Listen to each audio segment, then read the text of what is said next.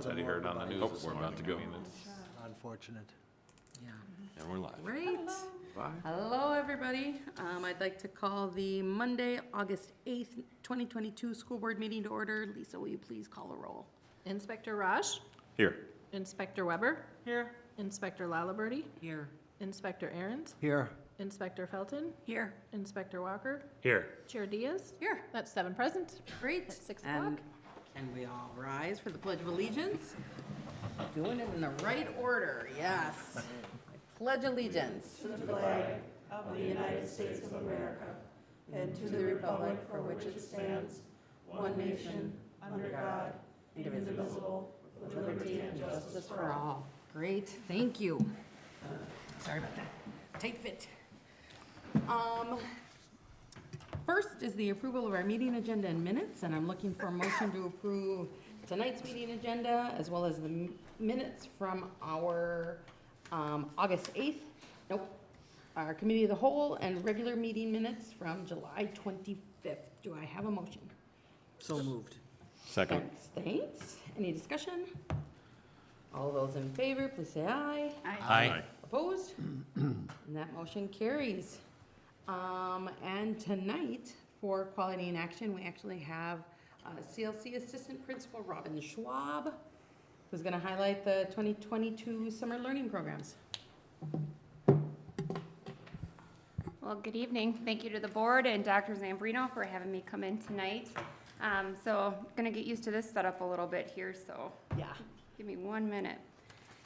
So as far as some background, this is a kind of repeat for some of the people here tonight, but for those of you who are new to us tonight, summer programming begins well before the summer starts. So there's a huge group of us that do meet, whether it's the site administrators, human resources, finance, food service, community ed, technology, maintenance, grounds, special services. All of us all come together and we all have a part of it to figure out what our role is in this program and how we can carry out the needs for all of the students that are in our district. So with that being said, I know Jean was here at the last meeting, so she gave an update from the community education standpoint as far as Kids' Choice in preschool, the enrichment programs, and ECFE. So tonight I'm going to focus on the programs that we had at our elementary schools, middle school, high school, and through ESY.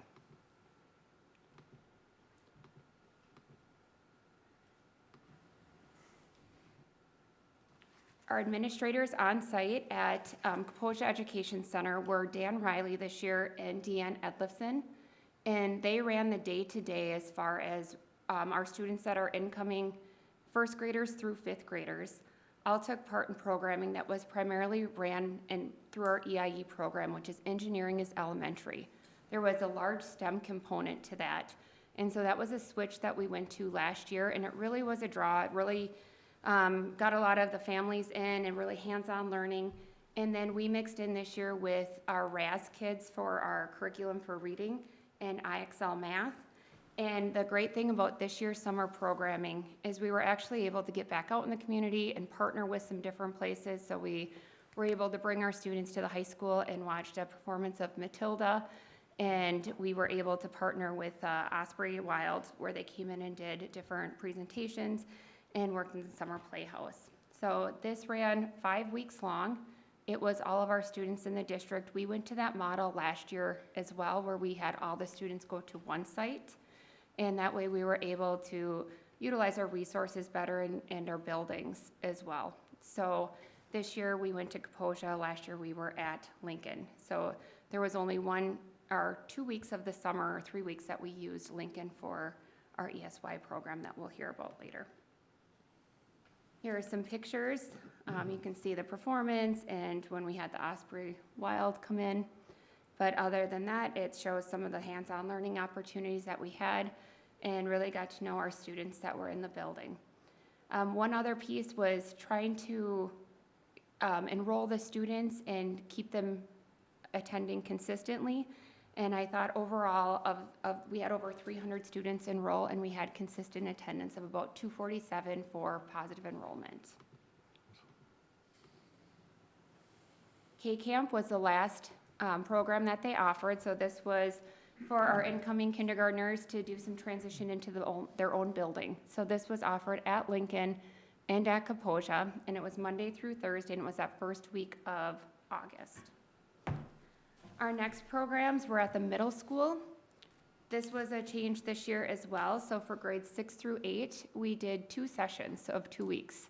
So we had 2 different sessions of Packer preview running and 2 sessions of summer learning. So we had, in the June session, we had, it was the history of World War II, and then we did some math, and we did the physics of roller coasters, and it ended with a trip to Valley Fair as a culminating project for those students in summer learning. And our Packer preview students, the first session and second session, it was just a repeat for both of those programs for that second session. Those were those incoming 6th graders, getting them into the building, and it looked a little bit different this year, but really focusing on getting those students there, and we were able to offer transportation again for those middle school students to get them there. Plus, we had the food service every day as well. Some pictures of our middle school students doing middle school things. All right, credit recovery. I think this was a different model this year that we had to switch to. So more than ever, we've had a need for credit recovery. And so we had over 500 students identified that needed credit recovery in some way. So our school counselors started working at the high school level and at the CLC, identifying the different needs that the students had and triaging what order that they would need to do that in. So that combined with when we were able to have different staffing available throughout the summer, we were able to schedule different students. And this year, instead of having different sessions saying you can only do one class this session or one class that next session, we had it figured out where every Monday we were able to start new students. So if a student had family vacation, that didn't disqualify them from participating. So we were having a rolling enrollment so they could start on Mondays, and as they finished classes, they could start another class. So we had some students really take advantage of that. And we did have one student with, in combination of their work experience credits, that did earn 10 credits this summer. Awesome. So this kid was motivated, came in, grinded it out, worked outside of the hours, and really, really took advantage for what we had to offer, and we were never able to do that in the past. So this summer, we had over 234 credits when we ended up doing the final reports that were earned at passing and above that were awarded to students. And of the 231 that were initially enrolled, there was 195 that continuously attended. So that was, even if they passed a class, they weren't done, like they kept coming back for more. So at the end of the program, we still had 195. Our ESY program started through special services, and that started right after July 4th. So we had that at early childhood, elementary, and secondary. And so we also had transportation, and that ended up having those students come into the building. Same thing, food service was provided for all the students, and then we did open up Lincoln Center for those few weeks for the ESY students. So there's a picture of South Metro coming to visit and do some presentations with some of those students. So that's kind of the overarching what we were able to provide this summer. Positives, we were able to link in community again. We were able to do outside of our school wall projects and have those relationships and give those students those experiences.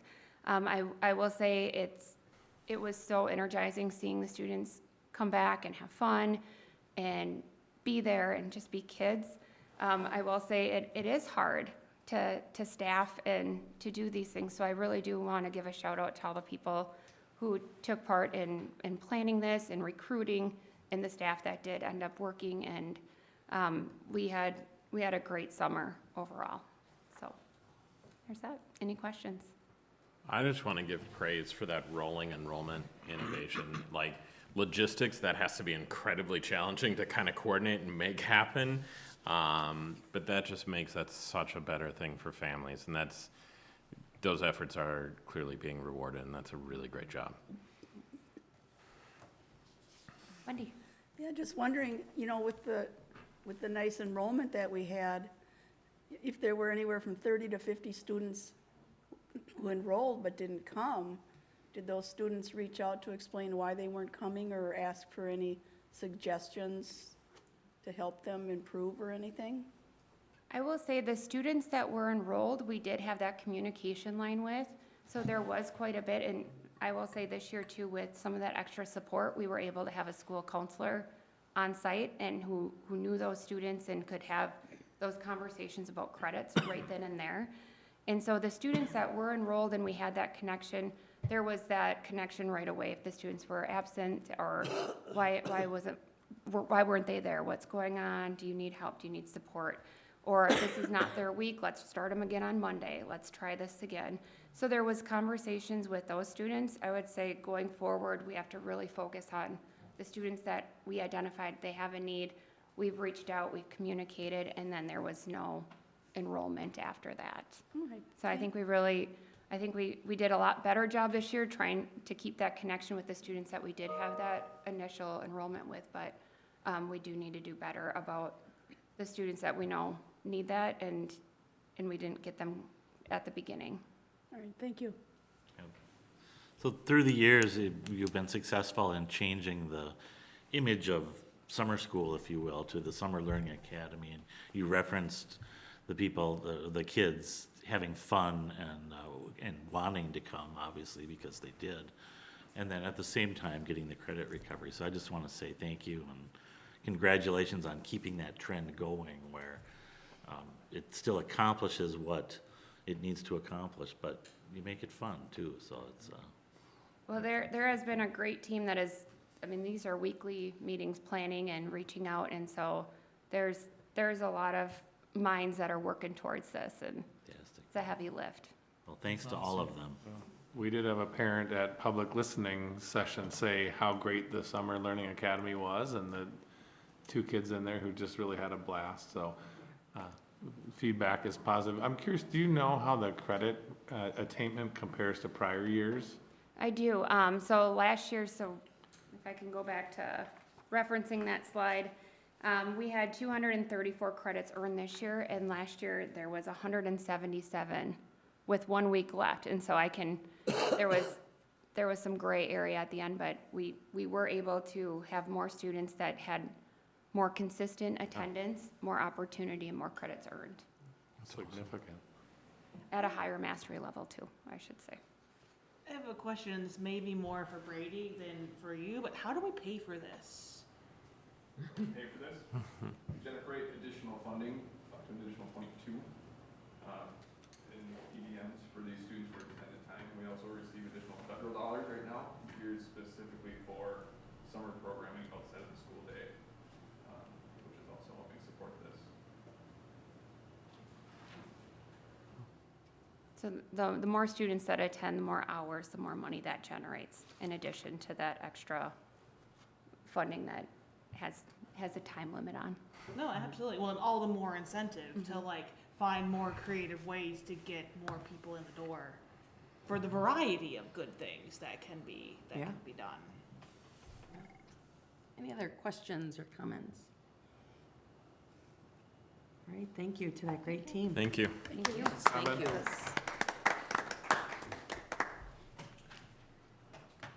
All right. Talking about our report section now, public listening session update. We did have one submission this week from a parent, also staff, concerned about making sure that we're updating our school safety policies, and even bringing suggested updates to make sure that we're keeping kids, staff, and the community safe. So it's a really great presentation with resources cited, and we thank him for his time. And then moving on to Dr. Zambrino. Right, well, thank you, Chair Diaz, and always fun to talk about things going on. It's a little quieter in the summer, so we are gearing up though soon, and so want to make sure families are aware that information is available on our website. Back to school information related to school supplies, handbooks, transportation, how to get technical support. So our website there is on the screen, so if you go to SSPPS.org, and there's a school resources section, school year resources. So lots of information there. Want to make sure families have that information. I did hear Target is going through the supplies pretty quickly. I haven't been there yet, so hopefully everything that people need is available. I did mention this last time, but want to make sure we highlight the change with applications for educational benefits coming into the school year. So in the past, during the pandemic, there were some decisions made to make sure that students could get a free meal, breakfast and lunch provided without needing to submit an application for educational benefits. That has lapsed as we're coming out of the pandemic, and so we do need families to complete the application. And so it's quite easy to do. You can do that online at schoolcafe.com. You can just enter the information right in there and then you're done. You can also download a paper application to drop off or swing by your child's school and get a paper form. So we encourage everybody to do it. You can opt out at theschoolcafe.com as well. Some families know they won't qualify, but we do ask everybody to do it just because sometimes people don't know if they qualify. And you know, it's not just benefits for meals. It can also affect fees for activities and things like that. But definitely don't want any kids going hungry without meals that they qualify for. And our nutrition service team is available if you need support. So that number 651-457-9429. And exciting as we approach the election this fall, we do have some seats open on our board. So the filing period is active now until the 16th. So if anyone is interested in running for board, they can go to the city hall. It is $2 to put your name on the ballot. It's probably the cheapest campaign you could ever run unless you're gonna get some promotional materials. But the election is on November 8th, and then our new board members would join us in January. So I'm excited to see who's interested in that, and we'll help to get them transitioned in. Great opportunity here. We have a community health fair that we're offering at Central Square on August 23rd. It's free and open to the public. We know a lot of our students need back to school immunization, so this is an opportunity to get those taken care of, and still, of course, being able to get COVID-19 vaccinations. Again, that's August 23rd. And speaking of resources, so I know I was talking to somebody on this board actually saying, you know, how there's so many things you can do in South St. Paul, ways for your kids to be connected and adults to be connected in activities, but sometimes like, how do I find that information? Like, where do you go? Who do you have to know? So the SSP Resource Fair is a one-stop shop to help you answer all those questions. So on Sunday the 14th from 1 to 4 at our Kaposia Education Center building, you can learn about community sports, community organizations, social clubs, scouting clubs, all kinds of different opportunities. And the South St. Paul Lions Club are going to be there selling their famous burger and hot dog baskets. So, yeah, right. If nothing else, come and have a meal with your neighbors and friends. Again, more information on our website at sspps.org in the news section of the homepage. Shout out to our team that upgraded our new website. Looks great, so easy to find resources and materials there. Some other districts, district highlights, we did the Night to Night last week. I have decided that I think every outdoor event I attend in South St. Paul is gonna be 90 degrees or hotter. As the Kaposia Days Parade, I remember cooking in the sun on that day, right? And then the open golf tournament, and why not for the Night to Night? But it was a great event. The opportunity to connect with our families and just the general broader community. There's a picture there of Principal Bretoy. I heard he was treated like a rock star at every stop, although one stop, one of our board members shared that he did take some water balloons, but I was kind of jealous, to be honest. So I think they were maybe realizing he was hot just to cool him down. So really fun though, fun event, great, and I think we had almost 50 block parties around the community, and that were formal, so there might have been others that popped up, so you can see that sense of community that exists in South St. Paul. And then last week we had a workshop or a kickoff with the term we use, you might hear BUILT, where of course use lots of acronyms in education. So our building instructional leadership teams met. So each one of our schools has a team of teacher leaders who come in throughout the year and support the building administration. So I had an opportunity to check in with them and really thank them. I remember being principal, how important teacher leadership was. So no building runs effectively based on one person, a principal or assistant principal. It really does take the whole community coming together. So kudos to our building leaders for stepping into that. Robin Schwab just mentioned a kindergarten camp last week, so another picture there of our kinders coming in. I did not get to see them because I had a lot of PD and trainings going on, but I heard it was wonderful, and we heard that tonight from a parent as well. As always, you can follow us on social media, however you like. We got Facebook, Instagram, Twitter, LinkedIn. We're out there in a lot of ways trying to make sure that we can stay connected to our community. Some important dates, hard to believe it, it's just around the corner, less than a month now. So September 6th, students in grades 1 through 5, 6, 9, and all students new to grade 7, 12. We'll start on the 6th. And then on the 7th, we'll welcome back our rising 7th and 8th graders, as well as students in 10th through 12th grade. Kindergarten starts on the 8th, and our preschoolers on September 12th. So just around the corner. Very excited for that. I love first day of school. It's so fun. I love it. The energy, the excitement, to see the friendships rekindling as the kids come back in, and the teachers and staff seeing the kids. It's gonna be a great launch. And then, as always, all of our materials are available on our website. So you can go to our main website, click on district and school board, and you can find all the latest, greatest information on meetings and things happening with our board. And our great pictures. Yeah, We're a good-looking bunch. thank you. All right, moving on to consent items. So consent items, again, are items that come through each meeting that we really don't need much discussion on. They include bills payable, claims, and staffing. Do I have a motion for the approval of tonight's consent items? So moved. Second. Thanks. Whew. Any discussion? On it. All right, all those in favor, please say aye. Aye. Opposed? That motion carries. We do not have any policies for review tonight. No business items for review Wow. tonight. Quiet night. Oh my gosh. And moving on to board member reports, and where we've seen a passion, and we'll start down here with Mr. Aaron.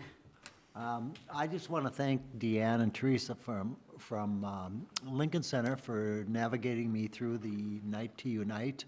They didn't lose me, and they didn't try. So thanks to both of you. I had a great time. Monica. I also had a great time on the Night to Unite. I was hanging out with the Central Square folks.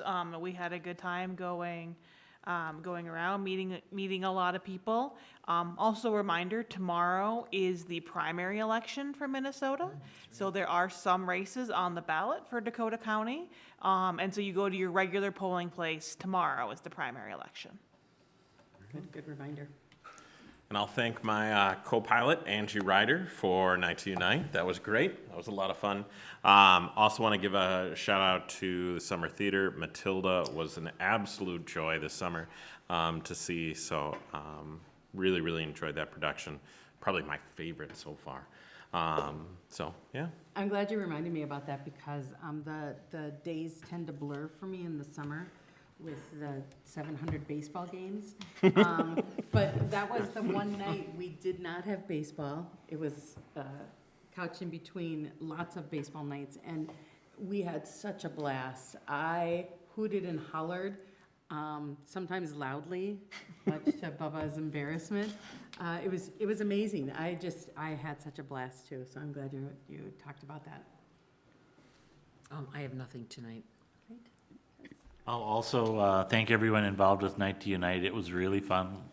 I was out with some staff members here, and it's so fun to.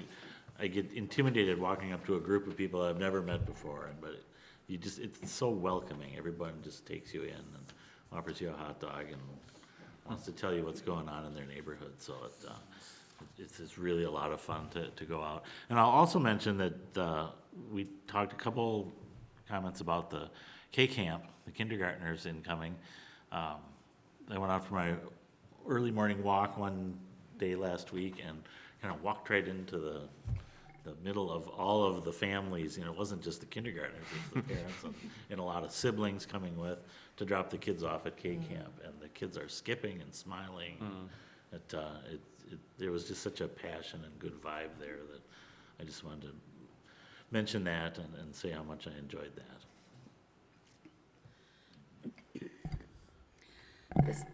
I also attended the fall musical, Matilda. It was excellent program.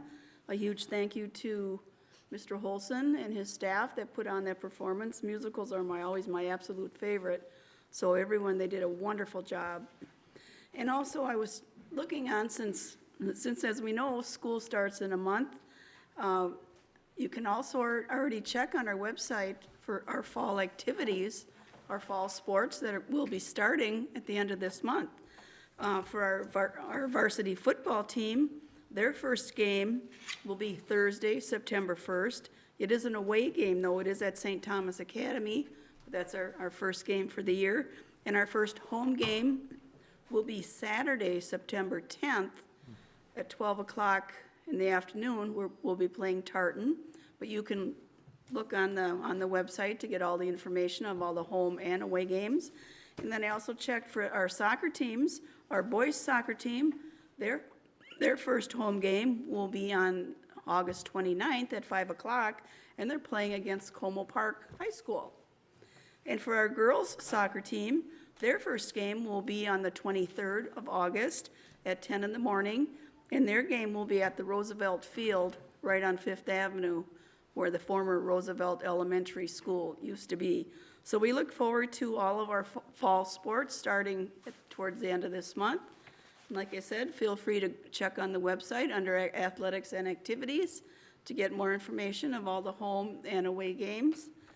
And as was mentioned by several of us, we want to thank all of our staff who participated in the summer learning academies, the K camps, and all of our things that we support our students with. So we thank them, and we'll be looking forward to school starting in September. So thank you. Great. So that's it for our agenda tonight. It was a short one, and I will entertain a motion to adjourn our Monday, August 8th, 2022 meeting. So moved. Second. Great, thanks. Whew, quick on the draw. Any discussion? And that motion carries. The meeting is adjourned at 6:27. 9. 7. 8. Yeah, right.